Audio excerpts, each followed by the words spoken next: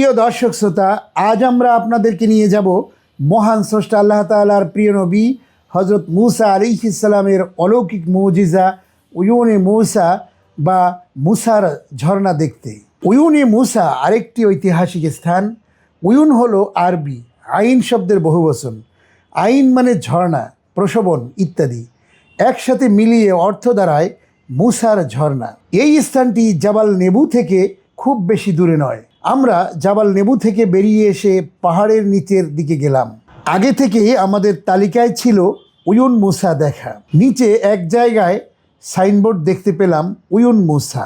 আমরা সেদিকেই গাড়ি নিয়ে চললাম। সাইনবোর্ড দেখে সামনে চললেও কিছু দূর যাওয়ার পর থেকে আর দিক নির্দেশনা ছিল না। পাহাড়ি পথ, এ পথ থেকে সে পথ বেরিয়ে গেছে, সরু পথ। প্রত্যেক মোড়েই সাইনবোর্ড থাকা দরকার ছিল, কিন্তু তা নেই। কাজেই অনুমান করে আমরা এগিয়ে চললাম। রাস্তা জিজ্ঞেস করার মতো কোনো লোকও ছিল না। এক রাস্তার প্রায় শেষে পাহাড়ের নিম্নদেশে দেখলাম একটু সবুজ ঘেরা স্থান।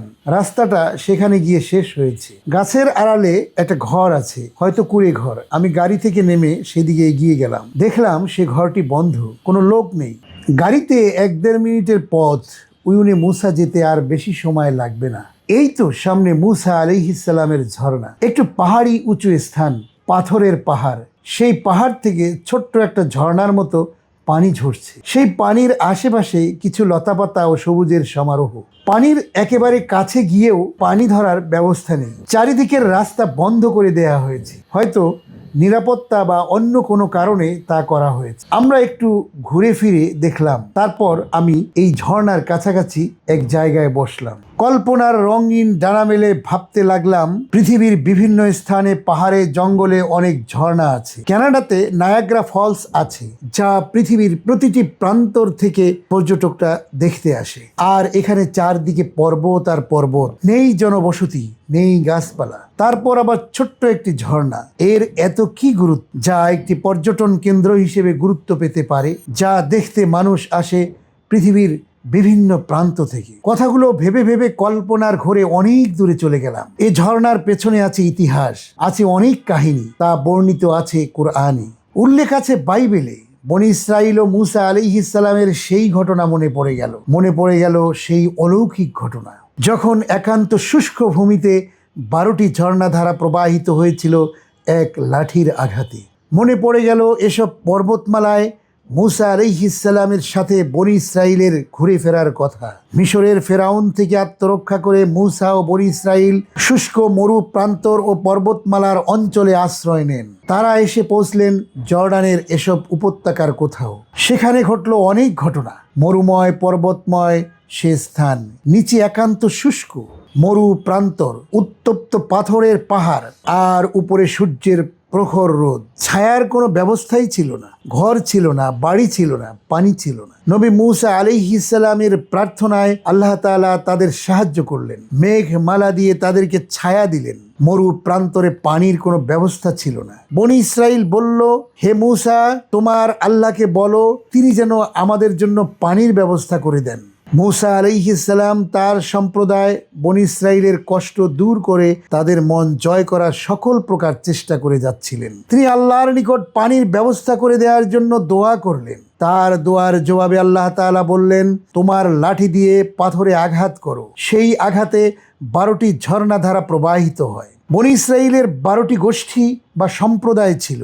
সেই ঝর্ণার কোনটি কোন গোষ্ঠী বা সম্প্রদায়ের জন্য তাও চিহ্নিত করে দেয়া হলো। এই ঘটনা মহাগ্রন্থ আল কোরআনে বর্ণিত হয়েছে। বনী ইসরাইলের 12টি সম্প্রদায় তাদের জন্য চিহ্নিত ঝর্ণা থেকে পানি পান করে। সেগুলো ছিল অলৌকিক ঝর্ণা, কয়েক হাজার বছর পূর্বের প্রবাহিত সেই ঝর্ণা। কালের আবর্তে সে প্রবাহ হয়তো থেমে গেছে, তবে মনে করা হয় সেই ঝর্ণাগুলোর একটি হলো এই ঝর্ণাটি, যা এখন আমার সামনে আছে। ইচ্ছে হলো একটু কাছে গিয়ে সেই পানি ছুঁয়ে দেখি কেমন লাগে, অথবা একটু পানি পান করি, দেখি তার স্বাদ কেমন। কিন্তু তার কাছে যাওয়ার সব পথ বন্ধ করে দেয়া হয়েছে। যেতে পারলাম না, তবু তাকিয়ে রইলাম, অনুভব করলাম। স্মৃতিতে চলে গেলাম অনেক দূর। যখন মুসা আলাইহিস সালাম লাঠি দিয়ে পাথরে আঘাত করেছিলেন, প্রবাহিত হয়েছিল ঝর্ণা, কঠিন পাথর থেকে প্রবাহিত ঝর্ণা। তখন কাছে থেকে দেখতে পারলে কতই না মজা হতো। শুনতে পেলাম আরেকটা উয়ুন মুসা বা মুসার ঝর্ণা রয়েছে আরেকটা পাহাড়ে। সেই পাহাড়ের নাম ওয়াদি মুসা বা জাবাল মুসা। দুটি নামেই পরিচিত। ওয়াদি মুসা মানে মুসা উপত্যকা, আর জাবাল মুসা মানে মুসা পর্বত। এখান থেকে দক্ষিণে পেত্রা যাওয়ার পথে সেই পাহাড় দেখার ইচ্ছে হলো, সুতরাং গেলাম সেখানেও। জাবালে মুসা বা ওয়াদি মুসা শুধু ছোট একটা পাহাড় নয়, বরং পাশাপাশি কয়েকটা পর্বতমালা নিয়ে মুসা উপত্যকা গঠিত। তার মধ্যে একটি পাহাড়ি জনপদ আছে, সেই জনপদেই উয়ুন মুসা বা মুসার ঝর্ণা অবস্থিত। আমরা দেখলাম সেখানেও পেত্রা যাওয়ার পথে। সেই ঝর্ণাটি আশেপাশে বাড়িঘর ও দোকানপাট আছে, সে কারণে একটা ছাদ নিয়ে উয়ুন মুসাটিতে আলাদা চিহ্নিত করা হয়েছে। আর এর ভিতরে ঢুকলাম, নিচের দিকে তাকিয়ে দেখলাম একটা ঝর্ণাধারা অবিরাম বয়ে যাচ্ছে, এক দিক থেকে প্রবাহিত হচ্ছে, আরেক দিকে বেরিয়ে যাচ্ছে। অত্যন্ত স্বচ্ছ সেই পানি, হাতে সেই পানি ধরলাম। অনেকে বোতলে ভরে সেই পানি নিয়ে যাচ্ছে, অনেকে খাচ্ছে। আমিও সে পানি হাতে ধরলাম, মুখে নিলাম। মনে হলো অত্যন্ত স্বচ্ছ, পরিষ্কার ও সুস্বাদু। একটু পান করলাম। আমরা বোতলে করে একটু পানি নিয়েও এলাম। দুটি উয়ুন মুসা বেশ দূরে অবস্থিত, বিষয়টি ব্যাখ্যা করার কেউ ছিল না। দেখলাম বিভিন্ন বইয়েও দুটিকে উয়ুন মুসা বলা হয়েছে। নিজে নিজেই এ নিয়ে চিন্তা করলাম।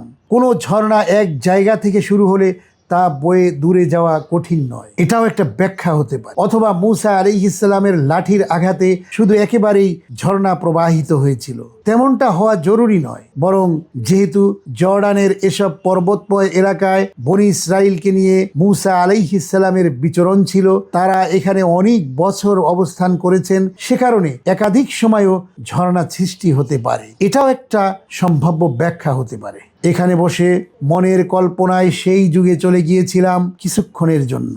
বিচিত্র এই পৃথিবী, বিচিত্র মানুষ, বিচিত্র এই মানুষের ইতিহাস।